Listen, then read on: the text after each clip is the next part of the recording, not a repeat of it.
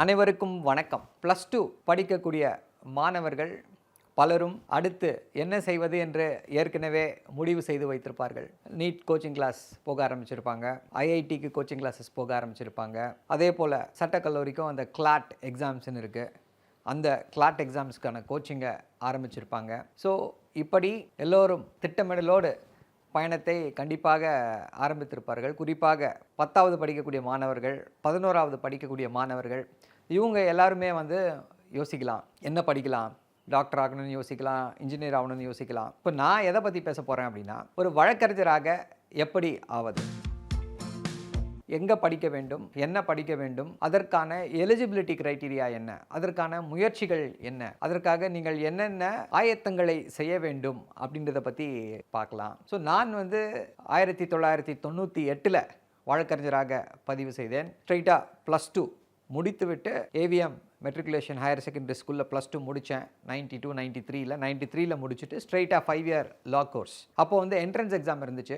தமிழ்நாடு அரசுக்கு அந்த கோர்ஸுக்கு என்ட்ரன்ஸ் எக்ஸாம் இருந்துச்சு. ஸோ அந்த என்ட்ரன்ஸ் எக்ஸாம் எழுதி அதில் தேர்வாகி 93ல் Madras law college doctor Ambedkar அரசு சட்டக்கல்லூரியில் 93லிருந்து 98 வரை சட்டம் படித்தேன். பின்னர் 98லேருந்து 2000 வரைக்கும் master in international law and constitutional law, comparative constitutional law Chennai பல்கலைக்கழகத்தில் சிறந்த ப்ரொஃபஸர் பாலு அவருடைய தலைமையில், அவரின் கீழே இதை படிச்சிருக்கேன். அது இப்போ ரொம்ப யூஸ்ஃபுல்லாக இருக்குது. ஸோ நீங்கள் படித்தது எப்போ வேணால் யூஸ்ஃபுல்லாக இருக்கும் அப்படின்றதுக்கு அந்த கம்பேரிட்டிவ் கான்ஸ்டியூஷனல் லா அதை நான் எடுத்துக்காட்டாக சொல்வேன். இப்போது சட்டம் நீங்கள் படிக்கணும்னு ஆசைப்படுறீங்க அப்படின்னா, சட்டம் படிக்கணும்னா நாங்கள் நன்றாக வாதம் செய்ய வேண்டும், எனக்கு நல்லா பேச தெரிய வேண்டும், பேச்சு போட்டியிலே நான் கலந்து கொண்டு வெற்றி பெற்றால் தான் என்னால் வழக்கறிஞராக ஆக முடியும் அப்படின்னு சொல்லி எல்லாம் நினைத்து கொண்டிருந்தீர்கள் என்றால் அதெல்லாம் கிடையாது. எந்த தகுதியையும் உங்களால் வளர்த்து கொள்ள முடியும்.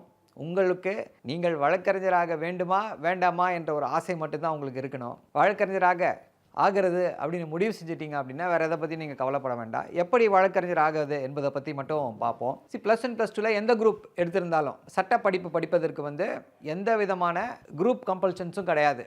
ஐ திங்க் வொகேஷனல் குரூப்ஸ் இருந்தால் எடுத்துக்க மாட்டாங்க. அதை தாண்டி எந்த குரூப்பை வேணால் நீங்கள் எடுத்துக்கலாம். எடுத்துக்கிட்டு சில கல்லூரிகள் ஒரு மினிமம் பர்சன்டேஜ் ஆஃப் மார்க்ஸ் இருக்கணும் அப்படின்னு சொல்லி இது பண்ணுறாங்க. தமிழ்நாட்டை பொறுத்தவரை தமிழ்நாடு அரசு நடத்தக்கூடிய முக்கியமான கல்லூரியாக இருப்பது சென்னையில் இருக்கக்கூடிய SOEL, school of excellence in law by Ambedkar law university, அப்புறம் அம்பேத்கர் அரசு சட்ட கல்லூரி. ஸோ இந்த 2 கல்லூரிகள் தமிழக அரசால் நடத்தப்படக்கூடிய ஒரு மிக முக்கியமான கல்லூரிகள். இப்போது டாப் ஸ்லாட்டில் எது இருக்குன்னு பார்த்தீங்கன்னா, ரொம்ப டிமாண்ட் எதுக்கு ஜாஸ்தியாக இருக்குன்னு பார்த்தீங்கன்னா சோயலுக்கு இருக்கும். சோயல்னா school of excellence in law, Ambedkar law university நடத்துறது தரமணியில் இருக்குது. அம்பேத்கர் அரசு சட்டக்கல்லூரி திருவள்ளூரில் இருக்குது. நம்ம ஹைகோர்ட் கேம்பஸ் பக்கத்தில் இருந்த அந்த கல்லூரி எல்லா குற்ற நீதிமன்றங்களும் அங்கே இருக்க வேண்டும் என்ற நோக்கத்தில் அந்த இதை கொண்டு போயிட்டாங்க, மாற்றி கொண்டு போயிட்டாங்க. ஸோ இதற்கும் என்ன அப்படின்னா உங்களுடைய +2 மார்க்ஸ் தான். ஸோ தமிழ்நாடு நடத்தக்கூடிய அரசு கல்லூரிகளிலே நீங்கள் சேர்ந்து படிக்க வேண்டும் என்றால் +2ல் நீங்கள் எடுக்கக்கூடிய அந்த மதிப்பெண்கள் மட்டுமே போதுமானது. ரொம்ப காம்படிட்டிவாக இருக்குது. நீங்கள் 90% மேலே எடுத்தால் தான் சீட்டு கிடைக்கும் அப்படின்ற அந்த உத்தரவாதம் இருக்கும். Open competition I think it goes around 95, 96 last year. எல்லாருக்கும் ரொம்ப பெரிய டிஃப்ரென்ஸ் கிடையாது, மைனர் டிஃப்ரென்ஸு தான். ஸோ நீங்கள் சட்டக்கல்லூரியில் தமிழ்நாடு அரசு நடத்தக்கூடிய சட்டக்கல்லூரியில் படிக்கணும்னு ஆசைப்பட்டீங்க அப்படின்னா +2ல் கண்டிப்பாக சிறப்பான மதிப்பெண்களை நீங்கள் பெற்றிருக்க வேண்டும். 90% மேலே மார்க் எடுத்தால் தான் அந்த கல்லூரிகளில் சேருவதற்கான வாய்ப்பு உங்களுக்கு கிடைக்கும். ஸோ இப்போ இதை அடுத்து வேறு என்ன இருக்குது, இது தமிழ்நாடு அரசு நடத்தக்கூடிய அந்த கல்லூரிகள். +2ல் நீங்கள் எந்த குரூப் வேணால் எடுத்துருக்கலாம். +2ல் படிச்சிருந்தால் போதும், தமிழ்நாடு உங்களால் கண்டிப்பாக போய் ஜாயின் பண்ண முடியும். அடுத்து பார்த்தீங்க அப்படின்னா இந்தியா அளவில் மிகப்பெரிய பல்கலைக்கழகங்கள் எல்லாமே இப்போ சட்ட படிப்புகளை நடத்தி கொண்டிருக்கிறது. டாப் அப்படின்னு சொல்லி பார்த்தா என்ன சொல்லுவாங்கன்னா நேஷ்னல் லா ஸ்கூல் பெங்களூர் என்று சொல்வார்கள். தமிழ்நாட்டில் பார்த்தீங்க அப்படின்னா திருச்சியில் நேஷ்னல் லா ஸ்கூல் இருக்குது. இப்படி எல்லா இடத்துலையும் நேஷ்னல் லா யூனிவர்சிட்டி எல்லா இடங்கள்லையும் அந்த ஒரு ஸ்கூல் ஆஃப் எக்ஸலன்ஸ் என்பது போல் ஒரு சிறந்த சட்டப்படிப்பை கொடுத்து கொண்டு இருக்கிறார்கள். பூனேயில் இருக்கக்கூடிய லா ஸ்கூல், பாம்பேயில் நிறைய பிரசித்தி பெற்ற இது இருக்குது. அதே போல் ஹைதராபாத்தில் இருக்குது, கல்கட்டாவில் இருக்குது. பல ஊர்களில் சிறந்த ஒரு சட்டப்படிப்பை சொல்லிக் கொடுக்கக்கூடிய ஒரு ப்ரெஸ்டீஜியஸ் என்று சொல்லக்கூடிய அந்த யூனிவர்சிட்டிஸ் எல்லாம் இந்த சட்ட வகுப்புகளை சட்ட பட்டங்களை கொடுத்து கொண்டிருக்கிறார்கள். ஸோ அங்கெல்லாம் சேரணும்னு நீங்கள் ஆசைப்படுறீங்க அப்படின்னா, அப்போ வந்து நீங்கள் வந்து 2 வகையான தேர்வுகள் இருக்குது. ஒன்று வந்து CLAT, common law admission test, இன்னொன்று வந்து LSAT, law school admission test. So இந்த 2 இதுலேயும் வந்து சில யூனிவர்சிட்டிஸ் வந்து கிளாட்டை அக்செப்ட் பண்ணிக்கிறாங்க, சில யூனிவர்சிட்டிஸ் வந்து எல்சாட் அக்செப்ட் பண்ணிக்கிறாங்க, சில யூனிவர்சிட்டிஸ் வந்து 2த்தில் ஏதாவது ஒரு டெஸ்ட் எழுதியிருந்தால் போதும் அப்படின்னு சொல்கிறாங்க. ஸோ நீங்கள் வந்து இப்படி இந்தியாவில் இருக்கக்கூடிய எந்த இதுக்கு வேணுனாலும் அப்ளை பண்ணலாம். இந்தியாவில் வேறு எங்கேயாவது போய் படிக்கணும்னு ஆசைப்படுறீங்க, நான் வந்து இந்தியாவில் இருக்கக்கூடிய தலை சிறந்த சட்டக்கல்லூரியில் தான் படிக்கணும்னு ஆசைப்பட்றேன் அப்படின்னீங்கன்னா நீங்கள் கண்டிப்பாக வந்து கிளாட்டோ இல்லை வந்து எல்சாட்டோ எழுதியிருக்க வேண்டும்.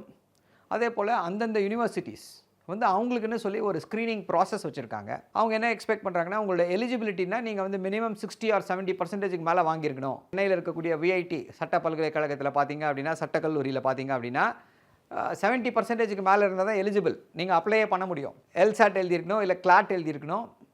அது இல்லைனா இந்த ஃபஸ்ட்டு க்ரைட்டீரியா, இந்த எலிஜிபிலிட்டி க்ரைட்டீரியா இல்லை அப்படின்னா உங்களுடைய அப்ளிகேஷனை வந்து எடுத்துக்கவே மாட்டாங்க. ஸோ எல்சாட் எழுதியிருக்கணும், இல்லை கிளாட் எழுதியிருக்கணும், உங்களுடைய மதிப்பெண் வந்து 70% மேலே இருக்கணும். அப்போ தான் கன்சிடர் பண்ணுவாங்க உங்கள் அப்ளிகேஷனை.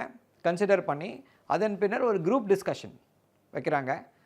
குரூப் டிஸ்கஷன் வைப்பாங்க. குரூப் டிஸ்கஷன் வச்சு அதன் பின்னர் நீங்கள் வந்து தேர்ந்தெடுக்கப்படுவீங்க. இது வந்து விஐடி பல்கலைக்கழகம் நடத்தக்கூடிய அந்த சட்ட மேற்படிப்புக்கான கோர்ஸில் நடக்கக்கூடிய ப்ரொசீஜர். இதே போல் ஒவ்வொரு யூனிவர்சிட்டியும். ஸோ அதற்கு வந்து நீங்கள் வந்து தயாராக வேண்டும். இந்த என்ட்ரன்ஸ் எக்ஸாம்ஸில் என்ன கேட்பாங்க அப்படின்னா, முக்கியமாக உங்களுடைய ஆப்டிடியூட், லாஜிக்கல் ரீசனிங். ஒரு ஐஏஎஸ் தேர்வுக்கு வந்து ப்ரிலிமினரி தேர்வுக்கு வந்து தயார் செய்யும் பொழுது அவ்வளோ டீட்டெயில்டாக தேவை இருக்காது. பட் ஆப்டிடியூட் டெஸ்ட்டும் லாஜிக்கல் ரீசனிங்கும் ரொம்ப கண்டிப்பாக தேவைப்படும். அப்புறம் அஃப்கோர்ஸ் ஜென்ரல் நாலேஜ், இதுலேயும் வந்து முக்கியமான கேள்விகளுக்கு சட்டம் சம்மந்தப்பட்டது, அரசியலமைப்பு சட்டம் சம்மந்தப்பட்டது, கரண்ட் அஃபேர்ஸ், இது பற்றி எல்லாமே வந்து ஒரு அந்த நுழைவுத் தேர்வில் இருக்கும். கிளாட்டும் இப்படி தான் இருக்கும். ஸோ இந்த நுழைவுத் தேர்வில் நீங்கள் அந்த கிளாட்டில் எழுதிட்டு போனீங்க அப்படின்னா, இந்த குரூப் டிஸ்கஷன் வந்து ஏதாவது ஒரு டாப்பிக்கை கொடுத்து உங்களை வந்து டிஸ்கஸ் பண்ண சொல்லுவாங்க. ஸோ அதில் வாங்கக்கூடிய மதிப்பெண்கள், இந்த மதிப்பெண்களின் அடிப்படையில் நீங்கள் வந்து ஒரு தர வரிசையை இது பண்ணி அதற்கப்புறம் உங்களை வந்து அதில் வந்து அந்த கல்லூரிகளில் சேர்த்துக்கொள்வார்கள். இப்போ பார்த்தீங்க அப்படின்னா, முதல்ல வந்து மிக குறைந்த அளவே சட்டக்கல்லூரிகள் தமிழ்நாட்டிலே இருந்துச்சு. இப்போது தமிழ்நாடு முழுக்க நிறைய சட்டக்கல்லூரிகள் வந்து விட்டது. இது வந்து சிலர் வந்து இதை வந்து எதிர்க்கிறார்கள், பலர் இதை வந்து வரவேற்கிறார்கள். இப்போ என்ன அப்படின்னா, காம்படிஷன் இருந்தால் நல்லது தானே. இப்போ நிறைய கல்லூரிகள் வந்துருச்சு அப்படின்னா தரம் குறைந்து விடும் அப்படின்றாங்க. எல்லாருக்கும் ஒரு வாய்ப்பு, சட்டம் படிக்கணும்னு ஒருத்தர் ஆசைப்படுறாரு, படிப்பதற்கு அவர் ஒரு வாய்ப்பு. ஆனால் அவர் சிறந்த வழக்கறிஞராக வேண்டும் அப்படின்னா அவர் படித்த அந்த சட்ட படிப்பு மட்டுமே போதுமானதா அப்படின்னா கிடையாது.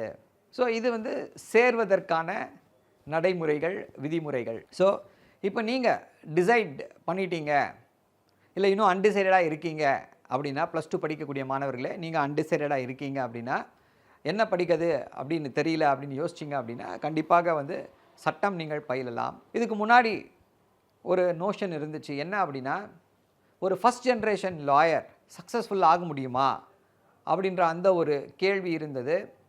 அவங்களால சர்வைவ் பண்ண முடியுமா அப்படின்ற அந்த ஒரு கேள்வியும் இருந்து வந்தது. இப்போது பெண்களுக்கு ஏற்றதா அப்படின்ற அந்த ஒரு கேள்வியும் இருந்தது. இப்போ அது எல்லாம் கொஞ்சம் கொஞ்சமாக இதெல்லாம் உடை தெரியப்படுகிறது. ஃபஸ்ட் ஜென்ரேஷன் லாயர்ஸாலையும் சக்ஸஸ்ஃபுல்லாக இருக்க முடியும் என்று எல்லோரும் ப்ரூவ் பண்ணிக்கிட்டு இருக்காங்க. அதே போல் கோர்ட் ப்ராக்டிஸ் இல்லாமல் பல நிறுவனங்களில் லீகல் அட்வைசர்ஸாக, பல கம்பெனிஸ்க்கு டாக்குமெண்டேஷன் ஒர்க் பண்ணுறவங்க, அவங்களுடைய ரோல்ஸான ரொம்ப இம்பார்ட்டன்ட். அவங்களும் வந்து வழக்கறிஞர்கள் போலவே அவங்களுக்கும் வந்து ஒரு மிகப்பெரிய முக்கியத்துவம் வந்து கொடுக்கப்படுகிறது. நல்ல சம்பளம் கொடுக்கிறார்கள். சிறப்பான பெரிய லா ஃபர்மில் வந்து நீங்கள் போய் அவங்களோட அசோசியேட்டாக சேரலாம். கோர்ட் போக வேண்டாம். அந்த அசோசியேஷன் அவங்களுடைய ஆஃபீஸ்லேயே இருந்து அந்த ஒர்க்ஸ் எல்லாத்தையும் நீங்கள் பார்க்கலாம். Drafting work, research work, so இப்படிப்பட்ட வேலைகள் இருக்குது. இது எல்லாத்தையுமே வந்து கண்டிப்பாக வந்து நீங்கள் பார்க்கலாம். சட்டம் என்பது அப்படின்னா இன்னொரு முக்கியமான விஷயம். ஏன் வந்து நீங்கள் வந்து சட்டப்படிப்பை தேர்ந்தெடுக்க வேண்டும் அப்படின்றனா, சட்டம் படித்த பின்னர் கொஞ்ச நாள் நீங்கள் ஒரு வழக்கறிஞராக தொழில் செய்கிறீங்க, தொழில் பண்ண ஆரம்பிச்சிட்டிங்க அப்படின்னா கொஞ்ச நாள் ரொம்ப கஷ்டமாக இருக்கும். அதை வந்து யாராலும் மறுக்க முடியாது.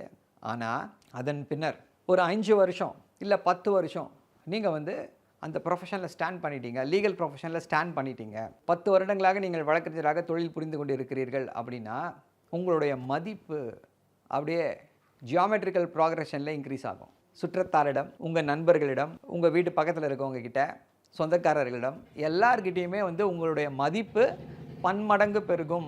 எப்படி வந்து ஒரு டாக்டரை எங்கே பார்த்தாலும் ஒரு டாக்டர்கிட்ட நம்ம வந்து சார் ஒரு சோஷியல் கேதரிங்கில் பார்த்தாலும் டாக்டர்கிட்ட நம்ம இது இப்படி இருக்குது அப்படி இருக்குன்னு சொல்லி கேட்போம். அதே போல தான் வழக்கறிஞர் அப்படின்னு தெரிஞ்சதுன்னா உடனே அவங்களுக்கு ஒரு பிரச்சனை இருக்கும். அந்த பிரச்சனையை சொல்லி நம்மக்கிட்ட ஒரு ஒப்பீனியன் கேட்பாங்க, என்ன பண்ணலாம் அப்படின்னு சொல்லி கேட்பாங்க. எங்கு சென்றாலும் நீங்கள் வந்து கண்டிப்பாக வந்து மதிக்கப்படுவீர்கள். அதே போல் உங்களுடைய அந்த கிளைண்ட்ஸ்க்கு சக்ஸஸ்ஃபுல்லாக நீங்கள் முடிச்சு கொடுக்கும் பொழுது, அவர்களுடைய பிரச்சனையை நீங்கள் தீர்த்து கொடுக்கும் பொழுது, அவர்கள் சொல்லக்கூடிய அந்த தேங்க்யூ என்ற அந்த வார்த்தை அதற்கு ஈடு இணையே கிடையாது. இப்படி அடுத்தவர்களை மகிழ்வித்து அடுத்தவர்களுடைய பிரச்சனைகளுக்கு தீர்வு கண்டு அதனால் உங்களுக்கு வந்து ஒரு மன நிறைவு, மன நிம்மதி கிடைக்குதுன்னா நீங்கள் வந்து கண்டிப்பாக ஒரு வழக்கறிஞராக வேண்டும். ஒரு த்ரில்லிங்கான ப்ரொஃபஷன் என்றும் சொல்லலாம். ஸோ இதையெல்லாம் மனதில் வைத்துக்கொண்டு சட்டம் படிக்கணும்னு ஆசைப்பட்டீங்கன்னா கண்டிப்பாக நீங்கள் சட்டம் படிக்கலாம். இந்த சமூகம் உங்களை மரியாதையோடும் மதிப்போடும் நடத்தும்.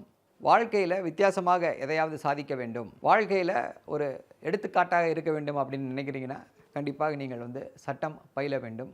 சட்டம் பயின்ற பிறகு என்னென்ன வாய்ப்புகள் இருக்குது அப்படின்றதெல்லாம் இன்னொரு இதில் பார்ப்போம். நன்றி, வணக்கம்.